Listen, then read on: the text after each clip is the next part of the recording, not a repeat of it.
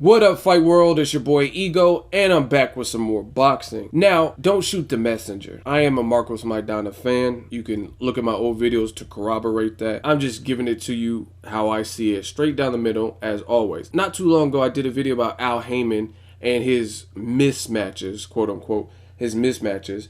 And a lot of people didn't come up with intelligent arguments as to what I was saying. And this is the thing. I think Al Haymon, people, media, boxing writers, boxing fans, they try to shovel everything onto his back. Like no one else has mismatches, no one else has fights that aren't that competitive, etc. And I truly believe that. And you see it every single time there's an Al Haymon fight that's not the best match or whatever, people go ballistic and then they go crazy like, oh, this is outrageous. Danny Garcia versus Paulie Malignaggi, Keith Thurman versus Luis Collazo. But if you really break it down, a lot of those same people say Keith Thurman is overrated. He ain't fought nobody. So why do you care that he's fighting a Luis Collazo, a game veteran? Or they say Danny Garcia, he's a hype job. He lost to Herrera. He lost to Lamont Peterson. So why do you care if he's moving up to fight Paulie Malignaggi, who has a similar style? Again, people try to bend the truth and make it sound a lot worse when it comes to Haymon matches that I've noticed than others, right? They say Thurman Collazo is ridiculous. Why is he fighting Collazo? Why didn't he fight someone like Berto? Like, come on, let's be real. Do you give Andre Berto much more of a significant chance to beat Keith Thurman over Luis Collazo? Collazo being a game veteran, I would say they probably both have about the same resume, to be honest. Collazo's been in there with Shane Mosley, been in there with prime Ricky Hatton, undefeated Ricky Hatton. So it's very apparent to me that a lot of people want to complain. They want something to bitch about because people are saying, oh, this is Haymon's mismatches and Haymon matchmaking. Why didn't Keith Thurman fight Berto? Did we forget that Collazo was the same guy who fought Berto when Berto was undefeated, right? And a lot of people thought Collazo beat Berto. But now, fast forward to the future, and you're mad that Al Haymon chose Thurman versus Collazo instead of Thurman versus Berto. Like, what is the difference? Like, what is the difference? They have about the same resume. Collazo's been in there with a ton of names, and arguably he beat Berto and got robbed on the scorecards because Berto was the favorite and the guy they were building up on HBO at the time. And this is what you guys choose to hold your whole hat on, your whole argument.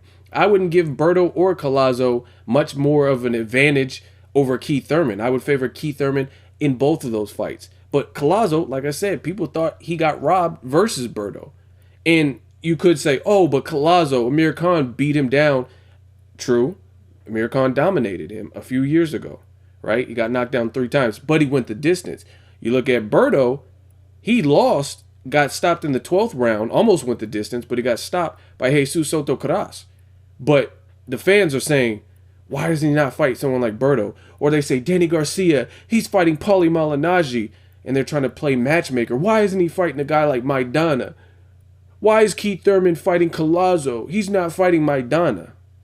Let me show you why neither of these guys are fighting Maidana. Again, you guys want to play matchmaker, and you don't even know what's going on behind the scenes. But let me show you, give a peek, a preview into why these guys are not fighting Marcos Maidana. And I did videos about this a couple months ago, 4 months ago, multiple videos. So it's not like a new thing, right? And you could check those videos on the channel.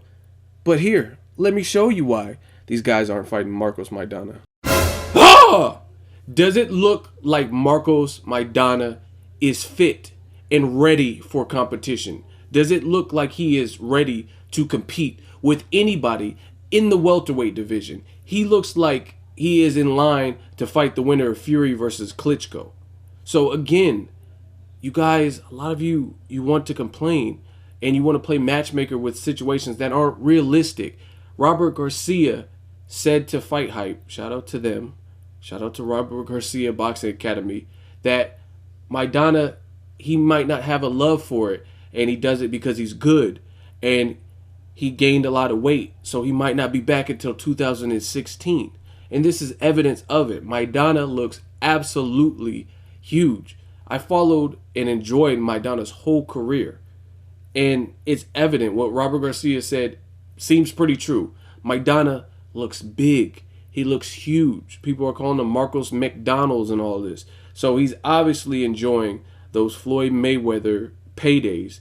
And we all know the level of income that you earn in the States, and then you take it to Argentina, the inflation rate. He's living like a king out there. He's probably hunting and fishing and going to clubs, spending time with his family, eating good. Every day is Thanksgiving over at the Maidana's house. You know what I'm saying? So, again, this brings more light and precedence to some of what you guys say. Like, oh, this person and playing matchmaker. You don't know what you're talking about, because this could not. Danny Garcia is not fighting Maidana unless they fight at cruiser. He looks big. He looks way too big. You know what I mean? And I told you guys, I know a thing or two about fitness. And from the eye test, the man is huge. And I will be surprised if he fights anytime before December. Anytime.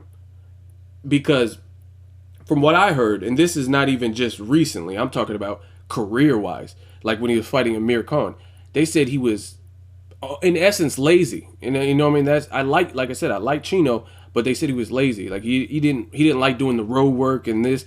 And it sounds like it's true. Robert Garcia is saying, I don't know if he has the heart to do it. He's doing it because he has a family and this is what he's good at. And it shows, you know what I'm saying? Like that, there's no level of discipline. We get on Adrian Broner's case because he gains a lot of weight. He looks bigger than I've ever seen Broner.